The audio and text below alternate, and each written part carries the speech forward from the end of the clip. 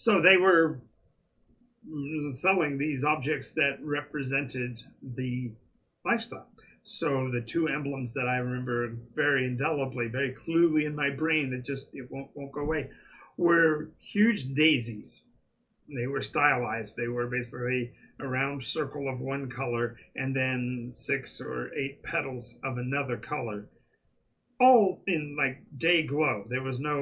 There weren't yet the neon colors because they don't have that brilliance in the paint yet, but they had the day glow, brilliant colors, and they were everywhere. And then the second thing, and in some of them, the center was attached to the petals to make it a single thing, so you can make a sticker out of it.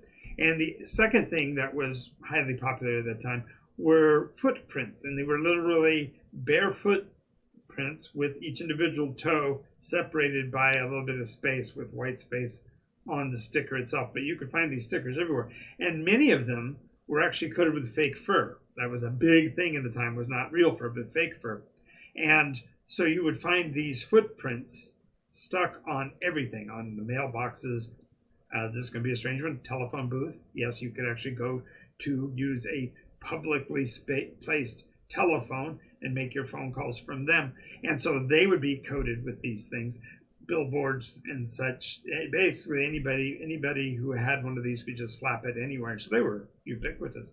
So in my little 11-year-old brain, the concept of a foot pad was that these were what was following us, since they followed in our footsteps. You know, up here, you can see. As you see these things lurking in the dark and waiting for you to go to sleep. They followed us to our camp. They didn't attack until we were asleep, and they attacked those of us that were laying down first, so I assumed that they were small. So, yeah, 11-year-old brain, that's a footpad. Thank you very much. I did not know at the time that footpad was another name for at that time, second level thief. Thief, when they started off, you were a pickpocket, and then you were a footpad. How did I know? So once that was the third monster, and I had giant spiders, because giant spiders were in the game and they terrified me. So giant spiders, orcs, which I didn't know much about. I had only just seen The Hobbit, the animated version, and had also just recently read The Hobbit. So the game that we played was in a dark place, and we saw these 4 or 5 different kinds of monsters. So they became my elements in my stories too. So until such time that I figured out more, before I got the actual blue box or the player's handbook even, I didn't have any clue what the monsters were. So I was crashing my brain on what I knew and putting things that I knew together, but they were not based on any of the rules of the game, because the rules, as far as I knew, were either yet unpublished in '73 or were outside of my price range as an 11-year-old. A year later, I had all of them, though. That was when they were available. As they became available, I was able to pick them up. So I had the Player's Handbook, the DM's Guide, and the Monster Manual. And they were released in, actually, it was Player's Handbook and then the Monster Manual and the DM's Guide, I believe, if I remember correctly. That was the order in which they came out. But that was what I had to work with, and so the stories that I told were based on those few creatures until I got the materials and was able to ramp up. Now, with that being said, moving to the present, the real changes that occurred to create the concept of the NycosRPG and why NycosRPG is now separate, or why we are going to be releasing it, is that I was able to finally, after 48 years of playing, I finally figured out the mechanics that were causing the problems and were causing the disconnects internally for me between what the Dungeons & Dragons rules were saying what I envisioned to be the optimal play mechanism. And by discovering an optimal play mechanism, I was able to improve the recidivism of my players and keep people engaged.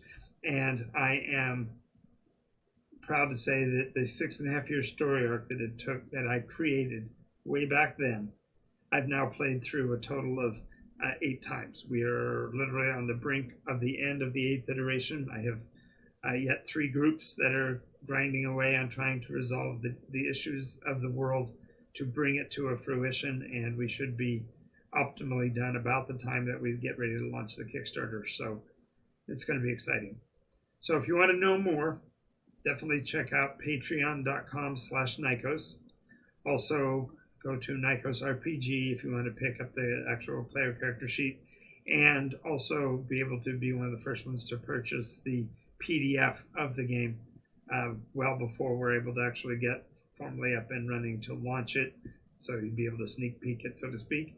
And if you have any additional information you want to get through to me, I am GameMarketGuru@gmail.com. You can also send it to NycosRPG@gmail.com, or I am Jonathan G. Albin on Facebook, and you can also contact me directly by PMing down below. Now, before you leave, make sure you click the like button on this video, click the subscribe button so you can keep track of what's going on the show and keep up with all of our new releases. This will also be going up on, the edited version of this will be going up onto the YouTube channel as well as my Utreon channel. More on that later, but definitely check out patreon.com and our sponsor, Board Games Paradise in Redlands. You would make my day if you show up on Monday night at 6 p.m. to play with us and mention to the store owners that you saw it on the internet through YouTube, through Twitch, or whichever source you got it through. Thank you for your time, and you have a great day. I am Jonathan Albin, the Game Market Guru, the Games Master, and it's been great talking to you.